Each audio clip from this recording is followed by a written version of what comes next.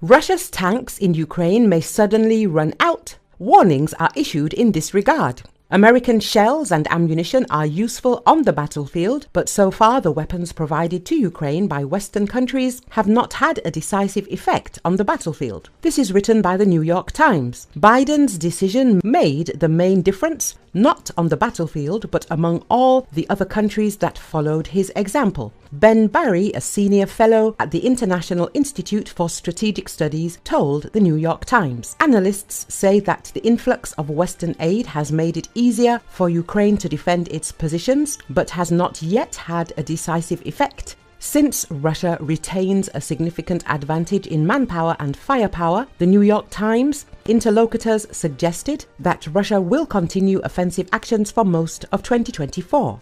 But at some point it may face a shortage of tanks and armoured vehicles. We have seen a really significant number of tanks and armoured vehicles fighting on the Avdiivka front since October. And this rate of losses is probably not sustainable in the long term, said Rob Lee, a senior fellow in the Eurasia program at the Foreign Policy Institute. He also specified that Russian troops have not taken advantage of the Kharkiv offensive, although they have managed to force Ukraine to withdraw some forces from the Donbass. Ukrainian Lieutenant Denis Yaroslavsky noted that Ukrainian artillery brigades can now shell Russian troops more often. The Russian offensive has largely stopped. But south of Kharkiv, in the Donbass, Russia has resumed attacks on Ukrainian positions, the article says. According to reports from soldiers on the front, military reports and satellite maps of the battlefield compiled by independent monitoring groups, the front line has not moved significantly in more than 2 weeks, despite intense and bloody fighting.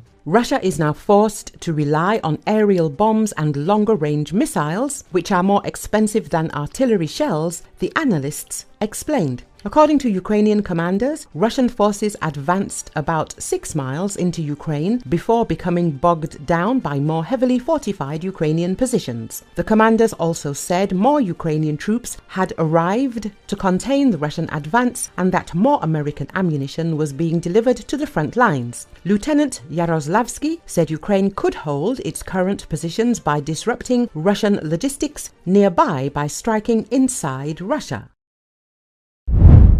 Russia's war against Ukraine also threatens Moldova, Georgia, NATO states, German Defense Ministry. According to the chief of the German Defense Ministry, Boris Pistorius, Russia's aggression currently threatens not only Ukraine but also Moldova, Georgia and all NATO countries. 6 months ago, I first spoke about military potential. It was important to me that we pay attention to the value of security in general and take seriously the realities of the new security policy. Russia's brutal war against Ukraine, which violates international law, is an attack on our peace in Europe and around the world, notes the head of the German Defense Ministry. Pistorius emphasized that the criminal war unleashed by Russia against Ukraine is an attack on international order and freedom, as Kremlin dictator Vladimir Putin refuses to recognize the sovereignty of Russia's neighboring states. When I visited Odessa last week, the war was everywhere. Destroyed houses, monuments covered with sandbags, a missile alert, seriously wounded soldiers in the hospital with whom I managed to talk. For Putin, these human destinies do not matter. He started a war and it will not stop. Airstrikes against Ukraine, in particular against civilian objects, have intensified again, the chief of the German Defense Ministry emphasized. He warned that Russia has long since transferred its economy to military lines and continues to produce a large number of weapons. Therefore, Pistorius emphasized that Western countries should not expect the Kremlin to stop its aggression outside Ukraine.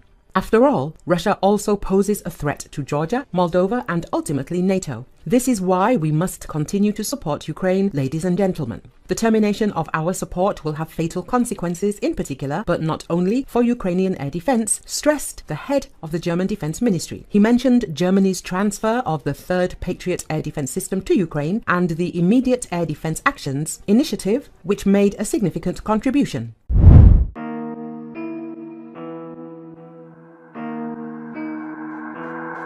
Голосом